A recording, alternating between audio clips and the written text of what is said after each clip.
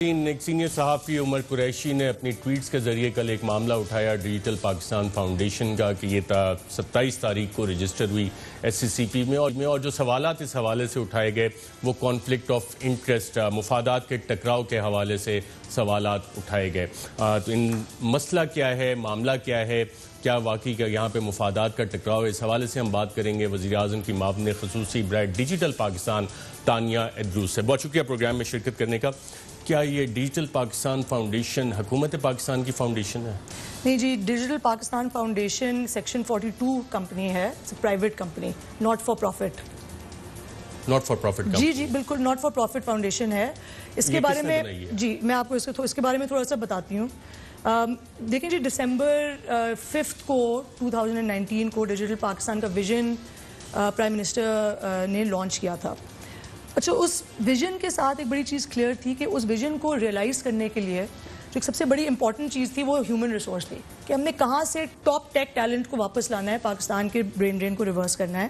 اور ہم نے بہت سارے ممالک کے ماڈلز دیکھ کے ایک ہمیں لیسن نظر آیا تھا کہ ایک ایسی انوائرمنٹ کریٹ کی جائے جہاں پہ آپ لوگوں کو اٹریکٹ کر سکیں، ٹاپ ٹیلنٹ کو واپس لا سکیں، ملک کے اندر سے بھی اور ملک کے باہر سے بھی پاکستانیوں کو، تاکہ پاکستانی اپنے ملک کے لیے خود ٹیکنالوجی کریٹ کر سکیں۔ تو یہ ایسا ماڈل تھا جس کے بارے میں ایکچولی دسمبر سے میں بات کر رہی تھی۔ تو انفیکٹ آپ کسی سے اگر پوچھیں جن لوگوں نے میرے ساتھ کلوزلی کام کیا ہے، یہ ایک ایسی چیز تھی جس سے کافی دسمبر سے اس کے اوپر بات ہو رہی ہے۔ آپ نے پرائم منسٹر سے بھی اجازت لی تھی اس کی؟ دیکھیں جی، ویسے تو پرائم منسٹر اور SAPM کے دوران کے بیچ میں جو بات ہوتی ہے وہ پریویلیج انفارمیشن ہے، لیکن ان سے بالکل جسٹ اس کانسیپٹ کی بالکل شیئر کی۔ ڈیجیٹل پاکستان فاؤنڈیشن SCCP میں کمپنیز ایکٹ کے تحت رجسٹر ہوئی، باقاعدہ سیکشن 42 کا آپ نے ذکر کیا۔ اس میں ایک فٹ اینڈ پراپر کرائیٹیریا بھی ہے کہ اگر آپ کی کوئی پولیٹیکل ایفیلیشن ہے تو پھر آپ کمپنی کے ڈائریکٹر نہیں بن سکتے۔ اگلے دن آپ کا نوٹیفیکیشن ہو گیا as SAPM to the prime minister, تو آپ نے کمپنی سے کیا ابھی تک ڈیجیٹل پاکستان فاؤنڈیشن سے ریزائن کیا؟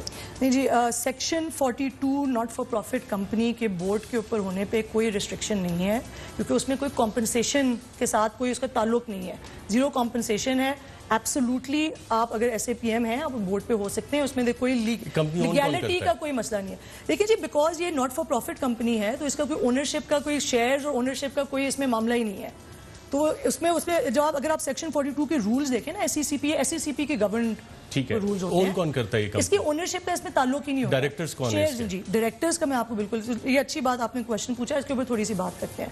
اچھا، جب آپ کمپنی سیکشن 42 کی رجسٹر کرتے ہیں اس میں منیمم ریکوائرمنٹس کی ضرورت ہوتی ہے۔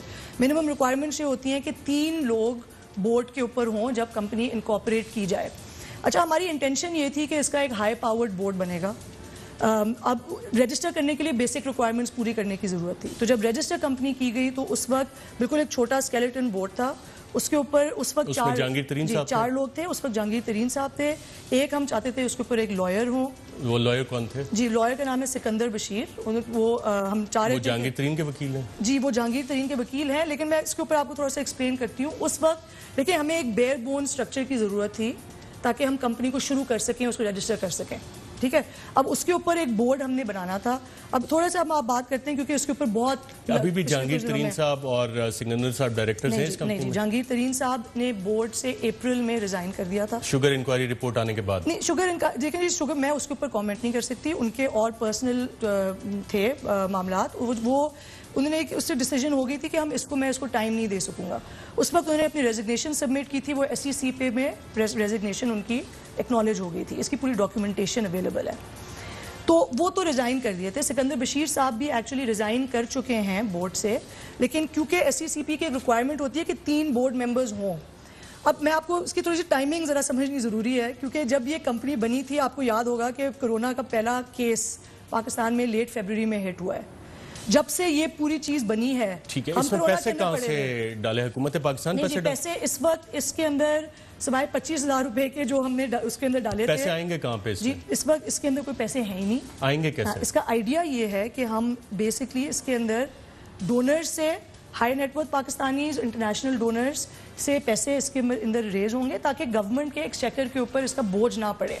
اس کا آئیڈیا یہ ہے, اور اگین میں یہ بار بار کہوں گی کہ یہ ماڈل ایسا, یہ کوئی یونیک ہم نے بلڈ اپ نہیں کیا ماڈل, یہ ماڈل ایگزسٹ کرتا ہے بہت سارے ممالک میں, تاکہ آپ ایک انڈیا میں بھی ہے, غالباً بنگلہ دیش میں بھی, لیکن کوئی پولیٹیکل شخصیت اس میں بیٹھی نہیں. Being S A P M, اب آپ کی ایک پولیٹیکل اپوائنٹمنٹ بھی ہے. ایس سی سی پی کے رول بڑا واضح کہتے ہیں, patronage of any government authority express اور implied shall not be claim unless such government اور authority has signified its consent thereto in writing. بڑی ڈیٹیلز اس میں لیگل گائیڈ لائنز ہیں اس حوالے سے.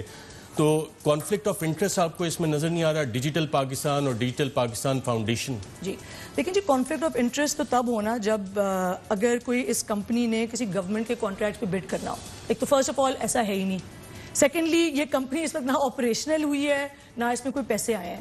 تو اس کا جو پرپس ہے وہ یہ ہے کہ اس کے اندر آپ ٹاپ ٹیلنٹ کو لائیں, ٹاپ ٹیلنٹ آ کے گورنمنٹ کے لیے, پبلک سیکٹر کے لیے کام کرے اور کنٹریبیوٹ کرے without taking anything from the government, without being burden on the exchequer. تو ایکچولی اس کا جو پرپس ہے نا وہ بیسکلی ون وے کنٹریبیوشن ہے towards the government, not taking anything, not bidding on contracts, not doing anything of that sort. یہ again یہ بڑا, میں اس کو بہت کلیریفائی کرنا چاہوں گی بیکاز یہ چیز سمجھنی بڑی ضروری ہے. یہ آئی تھنک بڑی ایک مس ریپرزینٹ کی گئی ہے ان دا لاسٹ 24 آورس, اور میرا پرپس آج آنے کا یہی تھا کہ اس کو دیکھیں, ان چیزوں کو کلیریفائی کرنا چاہیے. میں آپ کو تھوڑی سی ایک اور بات کہنا چاہوں گی جس کے اوپر ہم انفارچونیٹلی فوکس طرح چھوڑ دیتے ہیں. لیکن جی یہ سمجھنے کی کوشش کریں, پچھلے 3-4 مہینے میں جب سے میری اپوائنٹمنٹ ہوئی ہے, آپ نے جوابات دے دیے, میرے پاس ٹائم ختم ہو گیا. تانیہ روز باچ پروگرام میں شرکت کرنے کا, ناظرین آج کے پروگرام میں اتنا ہی, اجازت دیجیے گا. اللہ حافظ.